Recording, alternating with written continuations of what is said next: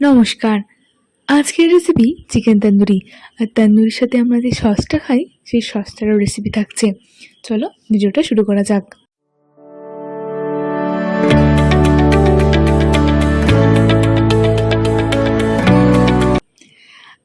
Chicken tandoori বানানোর জন্য আমাদের প্রথমেই লাগবে চিকেনটাতে ভালো করে একটা ছুরির সাহায্যে এরকম কাট করে নিতে হবে, যাতে চিকেনটার ভিতরে পর্যন্ত মশলাগুলো যাতে ভালো করে ঢুকে যায়।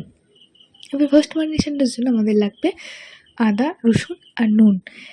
লেবু বা ভিনিগারও ইউজ করতে পারো, আমার কাছে ছিল না তাই আমি দিতে পারিনি। খুব ভালো করে মশলাটা মাংসের মধ্যে মিশিয়ে নিতে হবে। তারপরে আমরা কিছুক্ষণ এটাকে রেস্টে রেখে দেবো, অবশ্যই এটা আমরা ফ্রিজে রাখবো। তারপর সেকেন্ড ম্যারিনেশন করব। সেকেন্ড ম্যারিনেশনটার জন্য আমাদের লাগবে টক দই। টক দইটা ভালো করে জল ঝরিয়ে নেবো, যাতে কোনো রকম জল না থাকে। জল ঝরানো টক দইয়ের মধ্যে দেবো কাশ্মীরি লঙ্কা গুঁড়ো আর তন্দুরি মশলা। তন্দুরি মশলাটা অপশনাল, যদি তোমাদের কাছে অ্যাভেলেবেল থাকে তাহলে তোমরা দিতে পারো। আমার কাছে এটা ছিল, বাট এটা ফ্রিজে ছিল, যার জন্য একটু দলা দলা হয়ে গেছে।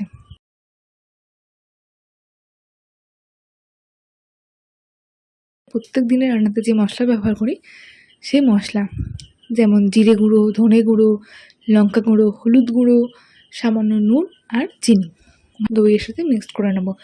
আর তার সাথে দেবো একটু সর্ষের তেল।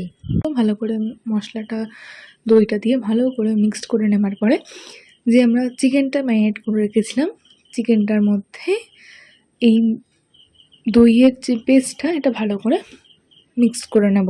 যে এমনভাবেই দই আর সব মাংসটা মাখাতে হবে যেন কাঠগুলোর ভিতরে খুব ভালোভাবে মশলার এই পেস্টটা ঢুকে যায়। চেপে চেপে, হালকা হাতে চেপে চেপে চিকেনটাকে ম্যারিনেট করতে হবে। ম্যারিনেট করা হয়ে গেলে আমরা চিকেনটাকে কিছুক্ষণ ফ্রিজের মধ্যে রেখে দেব। আমি হাতে সময় ছিল, তার জন্য আমি প্রায় 4 ঘন্টা মতো এটা ম্যারিনেট করে রাখতে পেরেছিলাম। তোমাদের হাতে যদি সময় কম থাকে তাহলে তোমরা সেক্ষেত্রে এখানে আরেকটু লেবুর রস ব্যবহার করতে পারো, যাতে চিকেনটা খুব সহজে নরম হয়ে যায়। আমি চিকেনটা বার করে নিয়েছি, করবো সামান্য তেল। এবার আমি অল্প একটু তেল ব্রাশ করে নেওয়ার পরে আমি একটা করে চিকেন এর মধ্যে দিয়ে দেব। খুব বেশি চাপাচাপি করে দেবো না, যতগুলো ধরে একটু ফাঁকা ফাঁকা রেখেই করবো, যাতে আমার খুব সহজে চিকেনগুলোকে আমি এপিট ওপিট করে উল্টাতে পারি। আমি প্রথম 2 মিনিট গ্যাসের ফ্লেমটা হাই ফ্লেমে দিয়ে রান্না করব। তারপরের 3 মিনিট কিছুক্ষণ এটা চাপা দিয়ে চিকেনটা চাপা দিয়ে রান্না করব। গ্যাসের ফ্লেমটা রাখবো মিডিয়ামে। যখন ভাজবো তখন আমাদেরকে খেয়াল করতে হবে যাতে আমাদের চিকেনটা নিচ থেকে পুড়ে না যায়।